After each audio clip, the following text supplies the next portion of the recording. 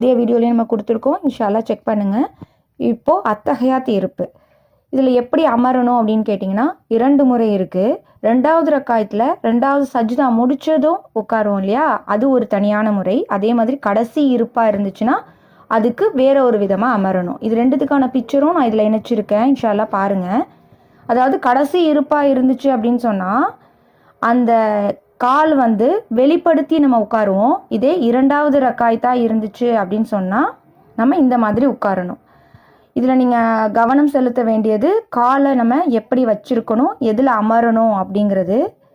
இது கடைசி ரக்காயத்தாக இருந்துச்சுன்னா இந்த மாதிரி காலை வெளிப்படுத்தி இன்னொரு காலை நாட்டி வச்சு உட்காரணும். இதை ரசூல் ஸல்லல்லாஹு அலைஹி வஸல்லம் அவங்க அழகாக பின்பற்றி அவங்க தொழுது மட்டும் இல்லாமல் நமக்கு அழகாக காட்டி தந்திருக்காங்க. அதனால இதில் நீங்கள் கவனம் செலுத்தணும்.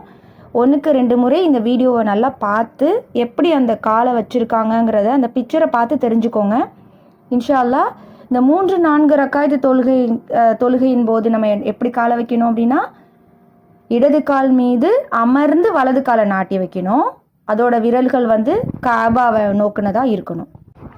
இதுவே கடைசி இருப்பில் நம்ம உட்காரும்போது நம்மளோட இருப்பிடம் தரையில் படியுமாறு அமர்ந்து இடது காலை வலது காலுக்கு கீழே வெளிப்படுத்தி, முன்னாடி நீங்கள் ஒரு பிக்சர் பார்த்தீங்களா அதே மாதிரி வெளிப்படுத்தி வலது காலை நாட்டி வச்சு அமரணும். இதை நீங்கள் அந்த பிக்சரை பார்த்தீங்கன்னா நல்லாவே புரியும். இன்ஷா அல்லாஹ் இதை கண்டிப்பாக அதே மாதிரி தான் அமரணும்.